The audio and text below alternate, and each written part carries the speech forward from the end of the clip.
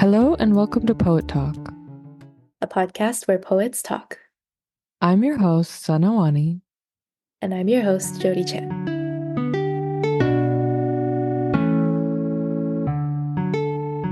This week, we're partnering with Arc Poetry Magazine to share a little bit about their Poem of the Year contest.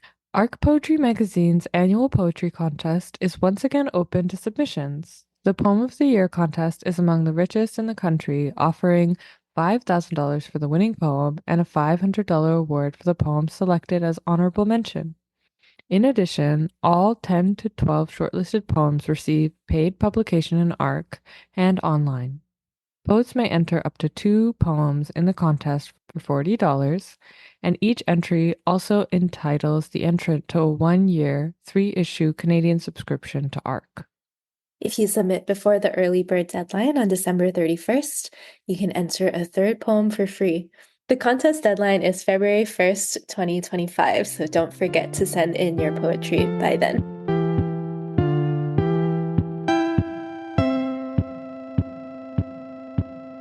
So we've done 4 episodes of Poet Talk now, and as the esteemed visionary and originator of the Poet Talk podcast, Sanna, I was wondering how you're feeling. How is it going? How is this lining up with what you imagined for the podcast when you first started it? Yeah, I feel like it's really lining up with a lot of what I imagined, but I think it's like even better, honestly. It's more real, it's more fleshed out. It's also a little bit like harder and messier.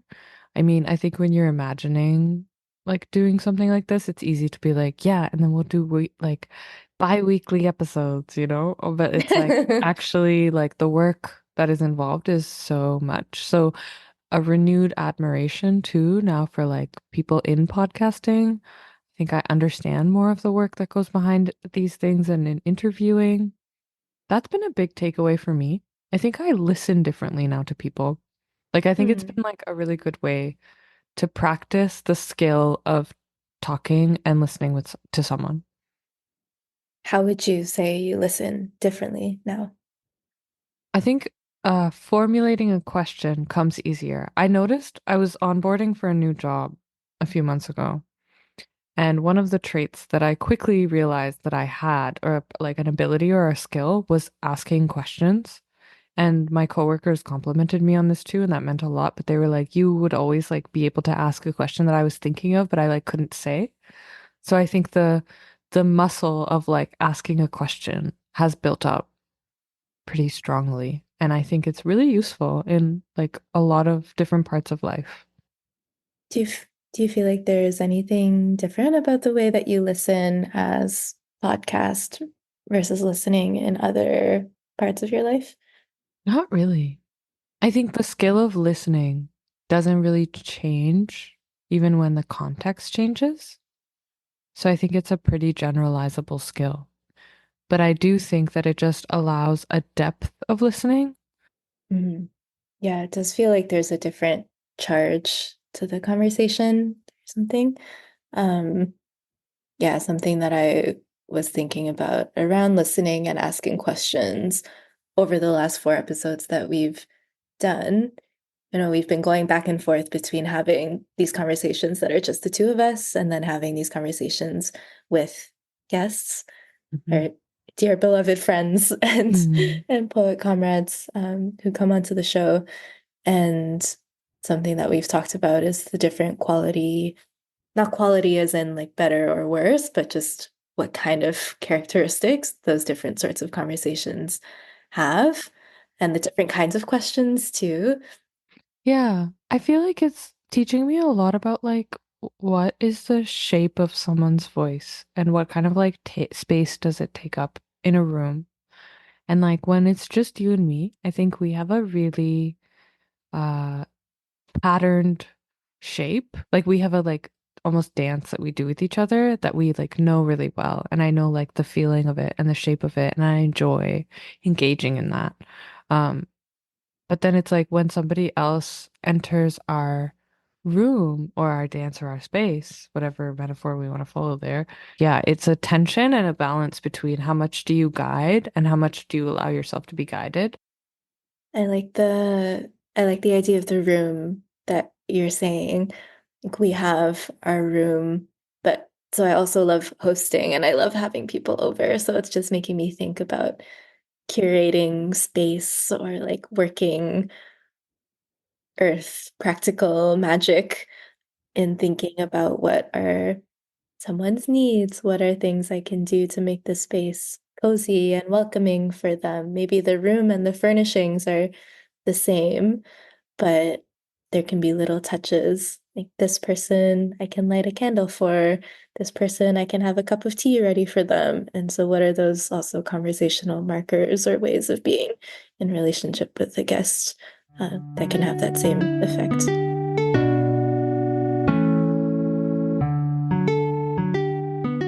I would be curious to know how this space has affected like your other spaces, or like kind of turn that question back on you too of like, what do you think the poet talk, what has it allowed you to grow into, or how is it translating into other spaces? Yeah, I think it's reminded me of a way that I enjoy being in relationship and in conversation with other writers. So I think the last year organizing with WAWAG and with Norms in the Arts and Can That Responds, there's a different orientation to conversation that can happen when you're trying to organize someone or organize a group of someone's that's about a clear collective purpose, a set of shared goals. We're trying to move someone in a direction that is predetermined, to borrow the word again that we were using earlier. And so, not that there's no openness in those conversations or that there's no relationship building, like it is all about relationship building, but it just is a different quality. But yeah, like asking questions for a purpose of like trying to move someone versus a purpose of just trying to understand without a predefined goal or somewhere we're trying to get to together, which is not better or worse, I think, but it's just a different way of being in relation that I appreciate and don't want to lose. Like, don't want to only orient or approach to other writers as an organizer. But again, it's like not a binary. I don't know. But yeah, I think it's just having this quality of conversation and then being able to speak in depth about poems. Yeah. I think this is the only this is like the Poems. only place that I really do that right now. um, I think I have a follow-up question too on like what feels important about preserving this space for poems in your life. Because I remember that was part of your original answer, like way back in episode one. It was wanting to have meaningful space where you spoke about your craft. Because I heard like in my answer, I feel like there was a lot more maybe I'm making a hand gesture, like fluid, not fluid, like I think there was a lot more homogeny in my answer of like listening and moving conversation. I think they're functioning in a way across the space of my life that is quite similar. But in your answer, I heard like more distinctness, more contrast. yeah, and that was really interesting to me actually, that when I asked you, like, are there differences in how you listen or in how you, yeah, move conversation in different parts of your life, that the answer was like no.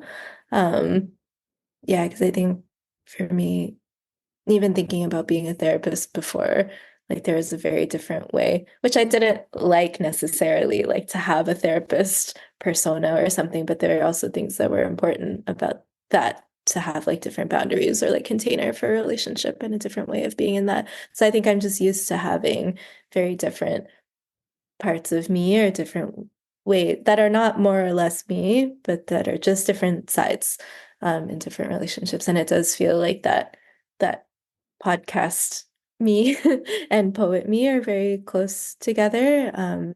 So maybe it's that the way of listening or the way of being in conversation out loud here feels like the closest I can be in a out loud verbal way to who I am when I'm writing.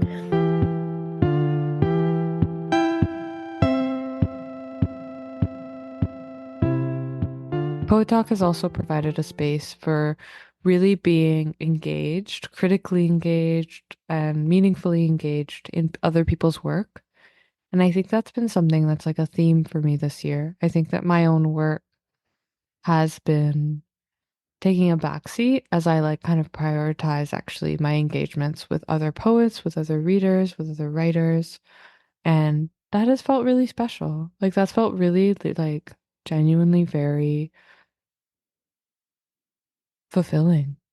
Yeah, I've loved the glimpses of that I've seen in your outward life, like in the work that you've shared, and then also in our conversations. And feel like there's be a similarity or something shared in what you said about your own work taking a backseat this year and that feeling special. Like, I'm thinking about, yeah, your role that you're inhabiting as a reader, as a critic, as someone really deeply engaged in other people's writing, and then mine as an organizer, and just thinking of those as different ways of being in community with writers.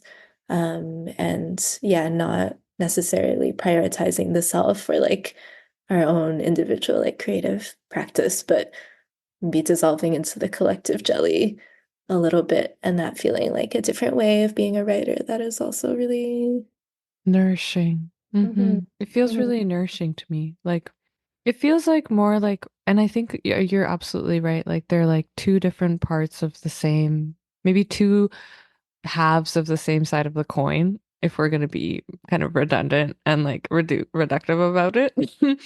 But like, that's the bigger picture of like what's at stake here. And I think that that's important. It's like the machinery, like I'm thinking about what you said, at the end of the counter gala.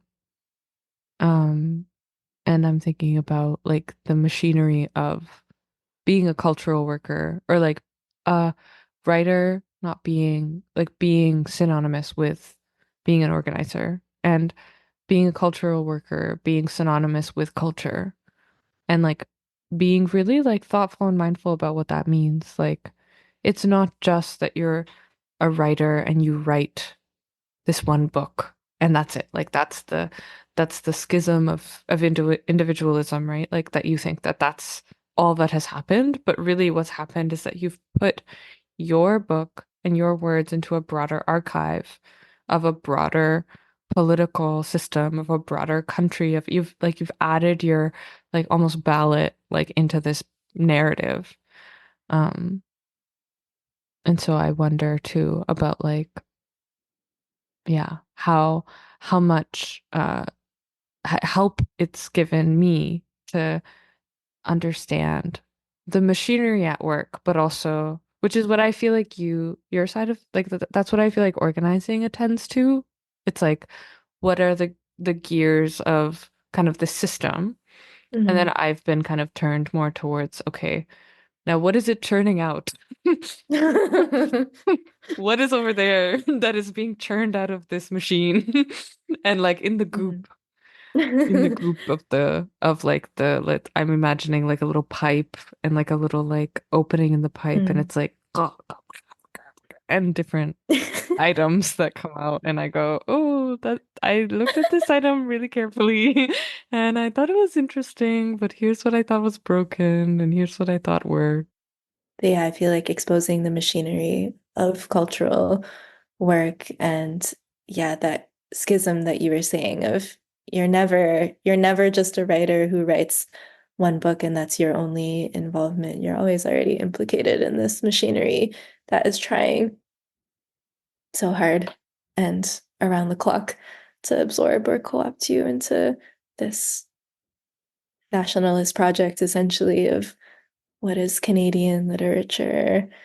Um, and so, yeah, your choice is not to be an individual or not, but your choice is how you're going to use your labor to support that project or not.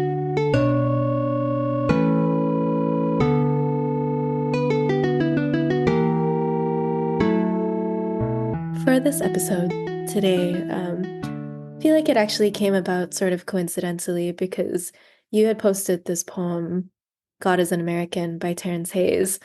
So you posted this poem and uh I want to say 2019, 2018, like pretty early on. I hadn't been writing poetry for very long. I'd like come across this poem, and there was just something about it, which we'll talk about later, that it really stuck with me. It really dug its way inside me. And there was a period of time where I was reading it every day. I did the thing where I wrote it out by hand. I like put it on my wall next to the corner that I worked so I could look at it all the time and just kind of osmose it into my own writing somehow. So I was really very attached to this poem. So I commented saying, wow. And I don't know, it felt, apart from everything in the poem that we're going to talk about, it felt special to have had like a shared poetic lineage or a moment of Mhm. connection with you. Um, we thought we would just focus on this one poem and see where that goes. Mhm.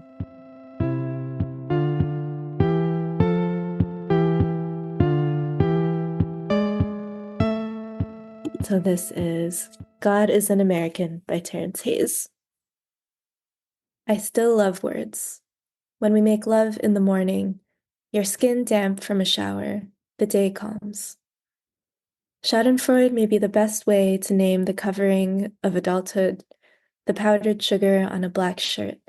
I am alone now on the top floor, pulled by obsession, the ink on my fingers. And sometimes it is a difficult name. Sometimes it is like the world before America, the kinship of fools and hunters, the children, the dazed dream of mothers with no style. A word can be the boot print in a square of fresh cement and the glaze of morning. Your response to my kiss is, I have a cavity. I am in love with incompletion. I am clinging to your moorings. Yes, I have a pretty good idea what beauty is. It survives all right. It aches like an open book. It makes it difficult to live. Mm. I think what's catching me right now is the word sch Schadenfreude or Schadenfreude. Um, I never noticed it in my many, many readings as well, which just a comment on that. Like I love our shared lineage too. I think I read this. I think that Chim Undy actually pointed me towards this poem during our shared residency at Banff in 2019, I want to say. And Chim mentioned Terrance Hayes, and I think they had this at the library there. And so I think I went the same day and got it and read it. Um, and then this was the poem that just like I felt like it lifted out of the book and I was just obsessed with it. Like I read it over and over while I was there, and I read it over and over many times since. But what is the poem pulling out for you today? What do you uh when you read it just now, what really came through? There's something about the beginning today that's really staying with me. It felt hard to start reading it, and the way that it starts with I still love words, kind of, you're already in the middle of this love story. This still is suggesting that you have this whole shared history, the speaker of the poem. There's so much that has happened before that is not even speakable within the space of this poem, but it is there and sort of informing this love. And then after the next line, when we make love in the morning, your skin damp from a shower, the day calms. And then there's so much lying ahead of this, of the moment of this poem. So within the first two lines, the way that it is expanding time so hugely, there's so much before the moment of this poem, and there's so much after. It almost feels like a balloon. Like it almost feels like there's a ballooning. The word that The way it came into my mind was like it feels like it breathes very well. Like it expands and then contracts and expands and contracts in a very like graceful movement that feels related to time. Yeah. And then, yeah, maybe of the way it's like gesturing also at the like inadequacy of words in the face of time or in the face of love. But But I yeah, the still love speaker, them. they still love, yeah, they still love them. Like there's something about it that is still precious and worth trying, even though you know already that the effort is futile, which I guess is what this love is also like. There was this moment of calm, but then inevitably it's like hurtling forward to this moment of aloneness where love is evoking longing and obsession because it actually can't continue to exist in the same way in every moment. And then um I feel like that's part of what it's saying about beauty also at the end, Mm. or why. That's something I'm curious about actually. How you read that, if I can skip to that part. Yeah, The yeah. I have a pretty good idea what beauty is. It makes it difficult to live. Feel like the beauty is what threads the love in the morning to the powdered sugar on the black shirt to the world before America, the kinship of fools and hunters, the children, the day's dream of mothers with no style. A word can be the boot print in a square of fresh cement and the glaze of morning. I feel like this is the obsession, and this is the thing that the word chases, maybe. The, Mm, the, the, mm, um, the tension mm, between how we exist, like what is and what isn't, that maybe beauty being where things touch, if we could quote our mm. dear, dear friend Bahar Wrong, beauty being like the pressing of the closest iteration of these moments of intensity, then their dissonance maybe again, or their difference being kind of a fuel for the obsession. And then that's what it means for it to survival, right? Or ache, or make it difficult to live. Mhm, mhm. Right. Interesting. Beauty being the distance between a thing and what you can name it. Mm. But yeah, now I'm questioning that it, like, is the it even referring to beauty in those last couple of lines, or is it just the thing that is difficult to name, is actually impossible to name? Yeah, Yeah. yeah. I think it's both. I think that's and it's like sometimes it is a difficult name, or sometimes it is the word that persistent it. It could be beauty, it could be love, it could be words. It's probably all of them, but it's also like none of them, which is also the story that I feel with the world before America. It feels like this distant, I don't know, like it just puts like a chill down my spine, it's like a very, it's like an impossible thing. It's like a thing that we can't imagine anymore. The world is so influenced, and our idea of America is so central to the world now that it's like that it's the idea of a different world, maybe. Right. Yeah, the idea of a different world, like the romance of the idea of a different world, like a pre-colonial or pre-imperialist world. Exactly, And exactly. There's something very rosy to me about it when I read. Sometimes it is like the world before America. There's like almost a warmth that like rises in me.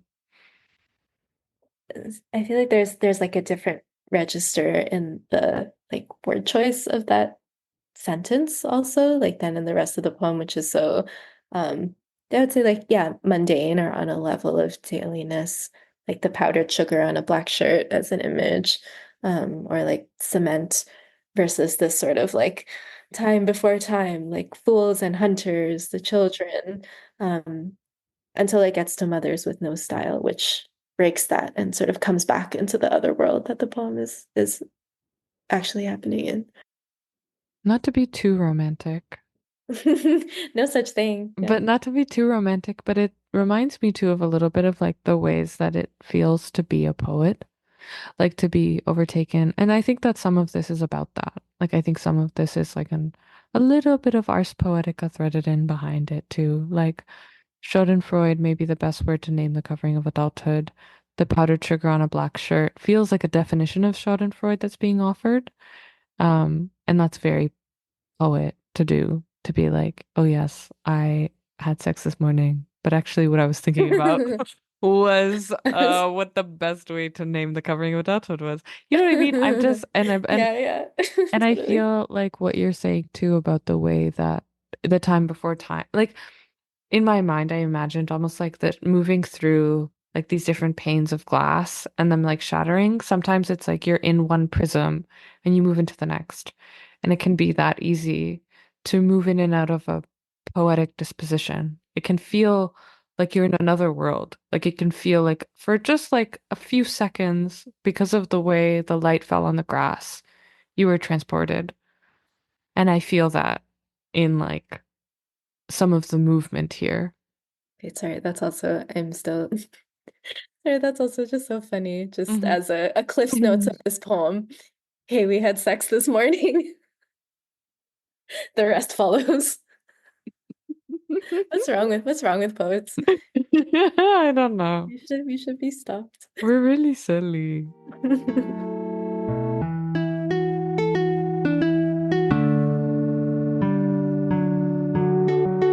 Just looking at the ends of lines, like that, first of all, that morning shows up twice. Yeah, I've been thinking about poems being either like morning, afternoon, or evening poems or midnight poems, and just a different energy. But this feels to me in my made up taxonomy, this Love. feels very like a morning poem. Wow. Yeah, and not just because the word morning shows up twice, but in energy. Mhm. I agree with you. The reason why you saw it on my Instagram story was because I wrote it out on our kitchen whiteboard and I put it in a place where I knew I would see it every morning. Because, like you, many years ago, when you read it for the first time and reread it many times and put it near your desk, like I just wanted to be near it. I just wanted to have it be near me when I was waking up. I wanted it to set a tone in that way. On that sort of line of thought, can I ask you another question? Mm-hmm, mm-hmm. Just around like setting a tone or entering the day or entering the poem in a certain way. Um, I mentioned this earlier, but I am really curious what you make of the title.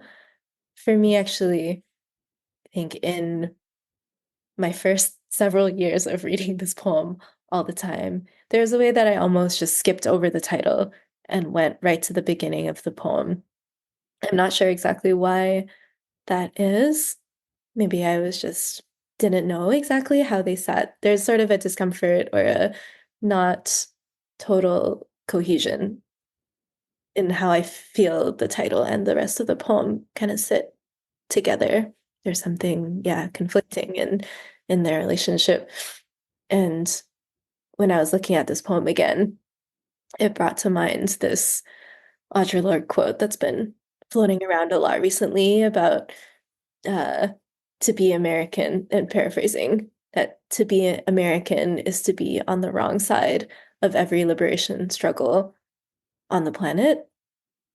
I was thinking about that and the centrality of naming in this poem and how naming or categorizing can be so violent and is, anyway, it just brought up questions around God in this poem, what that has to do with naming, what that has to do with Americanness, and then obviously like the world before America, the world Mm-hmm. before God.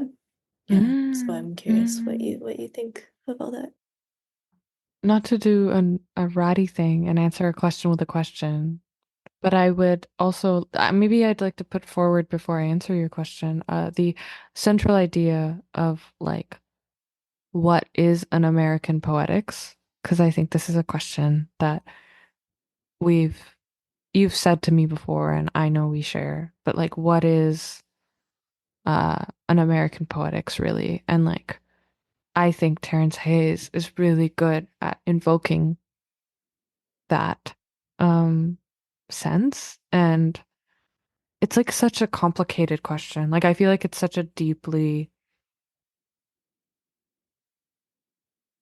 conflicted like thing in and of itself. Like to be in and of an American poetics is is really startling sometimes. And as I say that, I'm also thinking about Lena Khalaf Tuffaha, who won the National Book Award for her collection, Something About Living, talking about being a Palestinian American poet. And I have that in my mind brightly as I think about um yeah, the idea of an American poet. So before I answer your Was question, I'm there, wait, sorry, can I ask yeah, just yeah, about yeah. that, like from her speech about that? Was there anything in particular that you're thinking of right now when you say that? I think of the part of her speech where she says um about she says like our deeply comfortable American lives, if we can be moved to even just a little bit of discomfort or a little bit of um disorientation, Mhm, disconcertion, if we can be disconcerted mhm. a little. I think risk, she said too, in Mhm. that part, like if we can take even, The yeah, a smallest little, the risk. smallest risk. Hmm.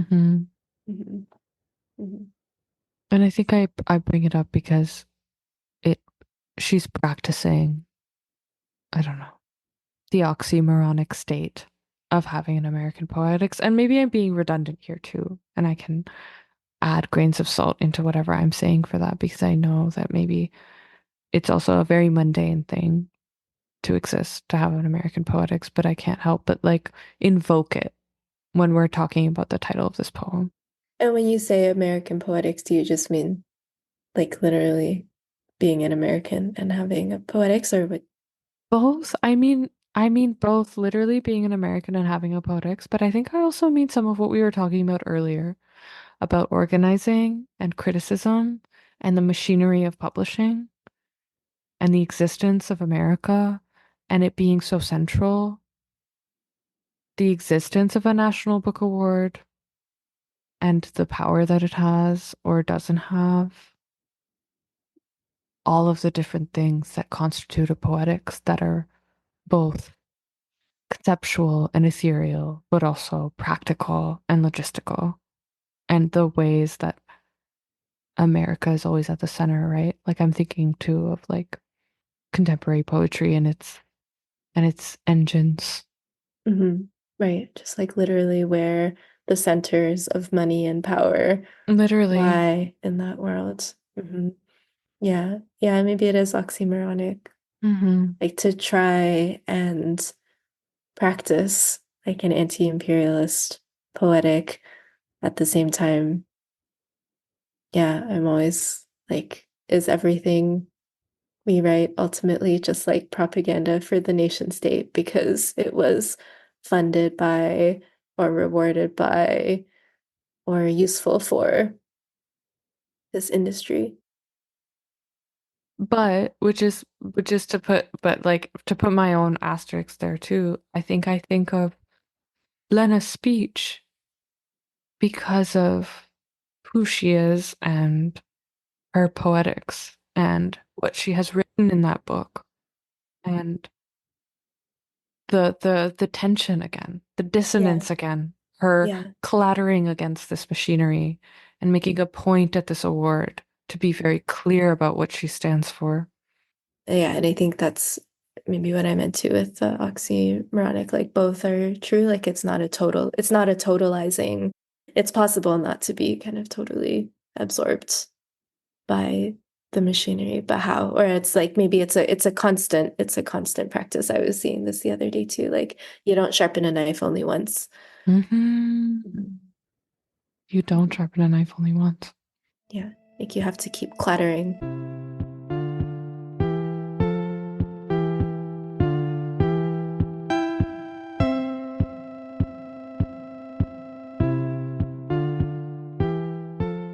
other books or poems with America in the title. What's up with that? Oh yeah.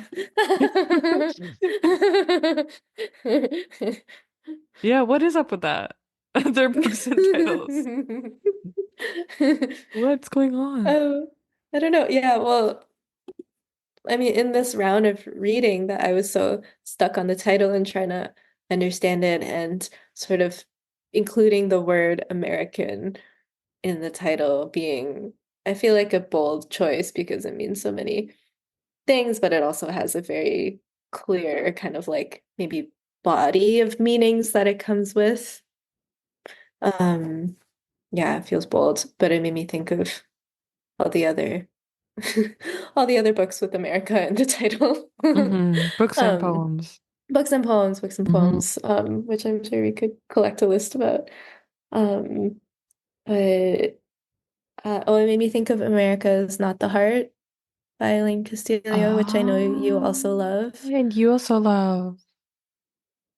So But yeah, it true. made me think of America's Not the Heart and how the title of that novel is in itself a response to the title of the novel, America is in the Heart by Carlos Bulosan. Carlos Bulosan was a Filipino American writer and communist organizer. And so I don't actually know too much about the history or maybe what exactly Elaine Castillo was responding to, but sort of in, yeah, decentering or rejecting certain kind of relationship with Americanness, but also invoking that lineage of like Filipino communist organizing. But yeah, it made me think of, yeah, just a lineage of texts that are sort of going against Americanness in some way, and then invoking this like big beast of meanings, and not quite specifying, but sort of pushing against Yes. it vaguely. It's I hear what you're saying. Like invoking it in a way that is against it or invoking it, but the manner of how you invoke it matters and naturally positioning themselves against the beast. Um, that's so interesting.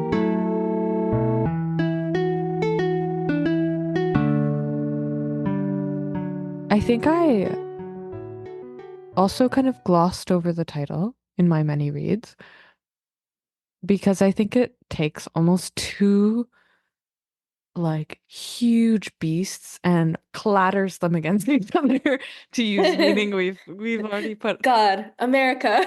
slap them together. Poetry. Like it's just like big plus big equals large. Like The limit does not exist. it's really like one of those moves that on one level I respect it for sheer ease. It's like natural that a poem that poeticness would exude out of that title because it's like there's just sometimes certain words that you can put next to each other that will like do the work for you. I think of Heather Christle saying her job as a poet is just to put one word next to the other and see what happens. And I'm like, okay, great. You took two massive words and you put them next to each other. I feel like this could also be a little bit of a joke in that way, like a joke against hmm poets. Maybe I'm confirmation bias. I'm always looking for like little things that is Yeah. humiliating to poets. Okay. But what you're saying of sometimes you're like letting the words do their own work, but in this scenario, it's almost like each one of those words has so many things that it comes with that it means so many things, but also like nothing at all. Because until you specify, and then the next line being, I still love words. It's sort of like, look how meaningless words can be. Like, God is an American. Like, what does that even? You have to know so much more to know how I mean that. Like, do I actually mean that in an ultra conservative, like far right Christian kind of way? Or do I mean it in an anti-imperialist, anti-American kind of way? It's so full of meaning, it's meaningless. I'm so glad you said that because the other thing I wanted to share that came up was like one time many, many years ago, I had a friend in first year of university and we were just talking about like the sun because at the time I was my failed career as a physicist in Wait, huh? university.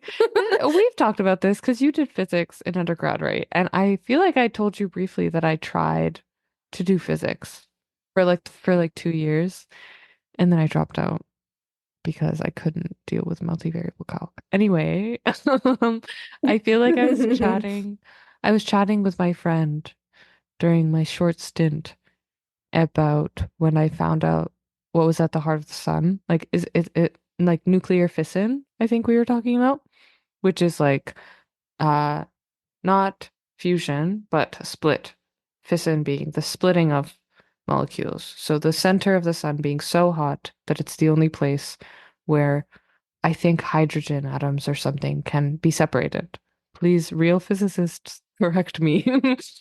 Oh no, clean brain. I forgot everything I knew about physics the second Okay. I graduated. So Erased. Anyway, yeah. I was talking about nuclear fission to my friend, and I said, because I was still doing religion, I said to my friend that I feel like if God exists anywhere, it's at the center of the sun.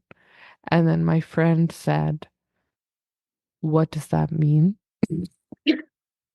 Wow, keep it real.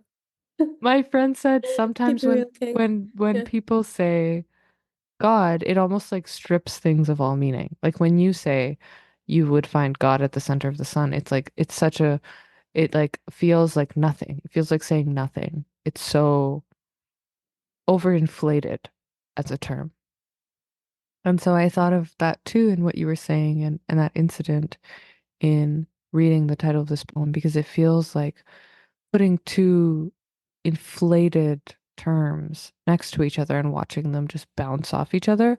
And almost in our line of thinking when we were talking about America, like how the world before America is like an impossible ideal. It's like something we can't understand because we've never existed in a world without America being definitional for what is the world. And I feel like what you said earlier is true. Like we have not been able to exist in a world without God or without the idea of God. So paralleling like what could spirituality or magic or the universe or the world mean without that idea. Um, Creation, beginnings, whatever you want to call it, like without the idea of God, that's like the world before God or religion before God. Like we're not able to grasp that. And so God being American feels like a gesture towards the world that is and a gesture towards the world that isn't.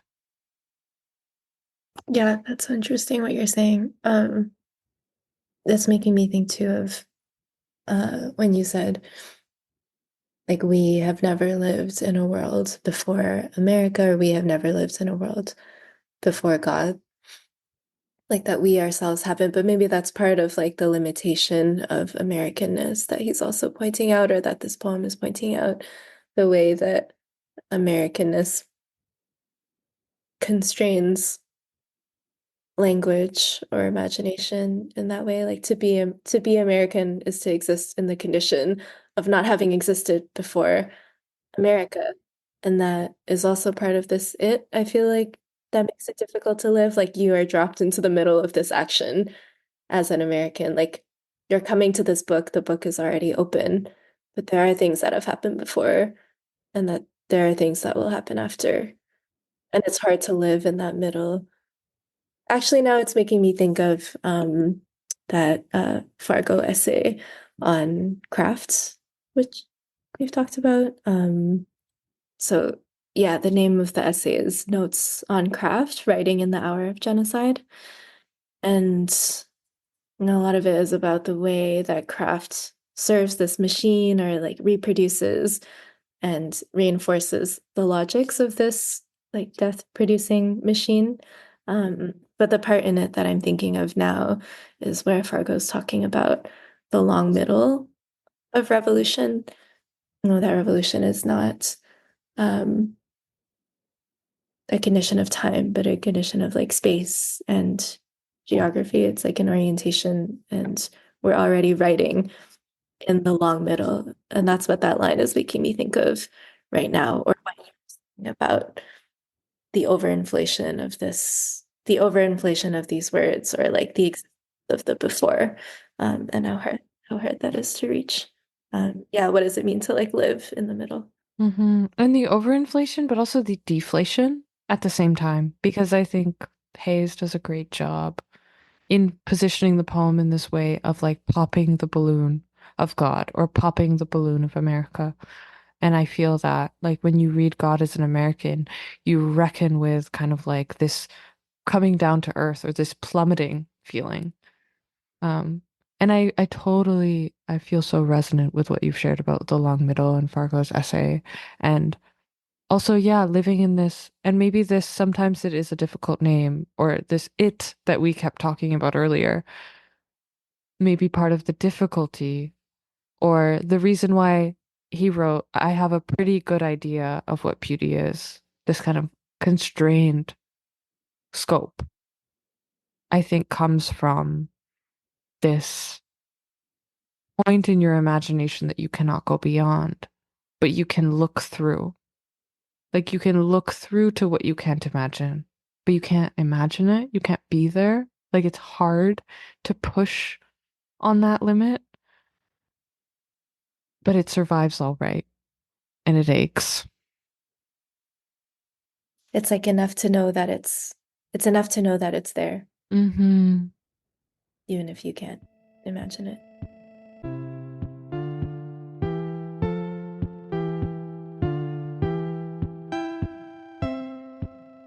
Did you see the meme of Terrance Hayes? No. There was a thing that went viral. I'm going to show it to you right now. But there was like a meme that went viral, I think, on like the news. People were like seeing Viral like on the news. viral on the news, and people were seeing photos of Terrance Hayes kissing Padma Lakshmi, I think. Huh? Yeah. Kissing because I think they dated, and he was kissing her on like his front doorstep in New York, and then the news was like, who is this man? A poet on the news. Everyone People are was like, like, literally, what the hell is this? everyone Who's was like, who is this who's man? Unnamed man kissing Padma Lakshmi. Uh, unnamed man? wait, I have to make sure it's Padma Lakshmi. Yeah, it was. Writer of American sonnets And they, kissing Padma Lakshmi. yeah. And Mhm. people, I just remember it going So viral funny. in like 2020 and it being like, who is this man? And all the poets like laughing, being like, what is Terrance Hayes doing on the news? Like, but it was really funny. I think it was on Twitter. I really believe it was on Twitter. Seems like they've had an on again, off again relationship. Sorry, I'm just reading like the news now. Oh my God. Just Anyway, reading it's not my the business. Better news. Terrance Hayes than what's the other guy's name? Salman Rushdie. Oh, yeah, yeah, yeah, yeah, yeah. Yeah, better. Yeah, Mhm. we don't need to talk about that. Oh my God. Yeah. Yeah, Whoa. yeah. Whoa. She's dating writers. Okay. Whoa. Wait, she actually dated Salman Rushdie? No, she was married to Salman Rushdie for Oh, three oh, years, oh. and then almost more than 10 years later, her Mm-hmm. picture appeared in the news, being with Terrance Mm-hmm. Hayes. Mm-hmm. Okay. Lore, Wonderful. Yeah. just some lore.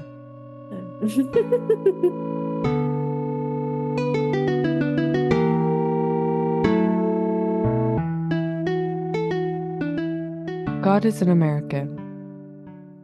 I still love words. When we make love in the morning, your skin damp from the shower, the day calms. Schadenfreude may be the best way to name the covering of adulthood, the powdered sugar on a black shirt.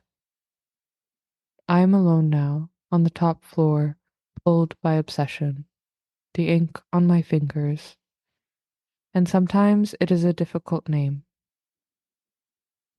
Sometimes it is like the world before America, the kinship of fools and hunters, the children, the dazed dream of mothers with no style. A word can be the boot print in a square of fresh cement in the glaze of morning. Your response to my kiss is, I have a cavity. I am in love with incompletion. I am clinging to your moorings. Yes, I have a pretty good idea what beauty is. It survives all right. It aches like an open book. It makes it difficult to live. Could I ask one Mhm, final question? mhm. What do you think you're going to take away from this poem now for like the rest of your days? Or like, The rest of your days. sorry, really sorry, just went all the way off there. What are you taking to your deathbed? One final question. So ominous. I like it. I love to talk about death, as you know. Like, what has this poem taught you? One of those big ones, you know? Like, what's your big leaf? Honestly, I feel like mm, one thing that I'm taking away is just our experience of reading this poem together and how cool it felt to let it unfold in conversation and reveal different parts of itself. And there's so many things that we didn't even get to talk about because there's such richness and depth in every word if you give it space to show you some of what it's doing. Um, so I'm thinking about that, and that being one possible definition or one possible idea of what beauty is, letting something reveal itself to you over time or in relationship with someone else. Mm. And there's an ache in that too. Like you can never hold on to all of it at once. And maybe a new thing reveals itself and the old thing kind of slips away. So you have to keep paying attention for the rest of your days. For the rest of my days. So sorry. I couldn't hold it back. Yeah, what about you? I think for me, um, originally, my big takeaway was always, yes, I have a pretty good idea what beauty is. It makes it difficult to live. The idea that beauty made it difficult to live was really rich and crunchy. I loved it. I carried it around with me and I thought to myself, yes, beauty does make it difficult to live. And what it means, right? Like I feel like poetry, when it changes what I think of the words themselves, I'm like, oh man, thumbs up. Like it changed for me the composition or like the very idea of what it means for something to be difficult, or the very idea of what it means for something to be beautiful and how that inflected on my living. But now I think I'm really taken my takeaway right now. And after our deep reading, which I also think I will now pair and hold deeply with this poem, is The World Before America, or the trick of the title. I think I never understood. Like I think I felt and I had the bodily experience, the trick of the title, but it wasn't like I wasn't really understanding it. And now the trick is apparent, but makes the whole poem even better for me. I like it even more now. Um, it's almost like the magician, like pulling like you get to see behind a curtain or a cloak or whatever. Um, and I loved when we were talking, I think I came to the realization about like the things that we can conceptualize but not imagine. I think I'm going to be thinking about that now a lot. Like, what can we long for but not embody? And how does that longing still matter and move us towards the embodiment? I think, especially in terms of what you said about the long middle. I'm going to be thinking about this poem in terms of the long middle. And like, I still love words is so good. Yeah, That's like crazy first entry point. Like, this that's is great. bonkers. That's It's like a crazy. bonkers opener. Like, God is an I American. still love I words. still Are love you for words. real? Yeah, it's pretty wild. It's a pretty wild ride. Good job, Terrance. Good job.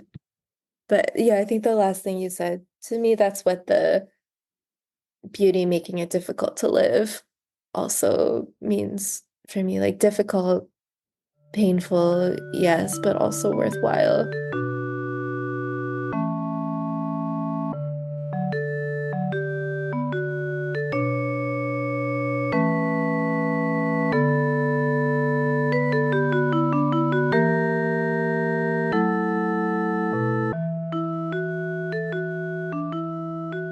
Hey, thanks for listening to this episode with us, Sanna Wani and Jody Chan. If you like this episode, I encourage you to share it with poet and non-poet friends alike, and to please leave us a review, comment, or rating on whatever platform you're listening to us.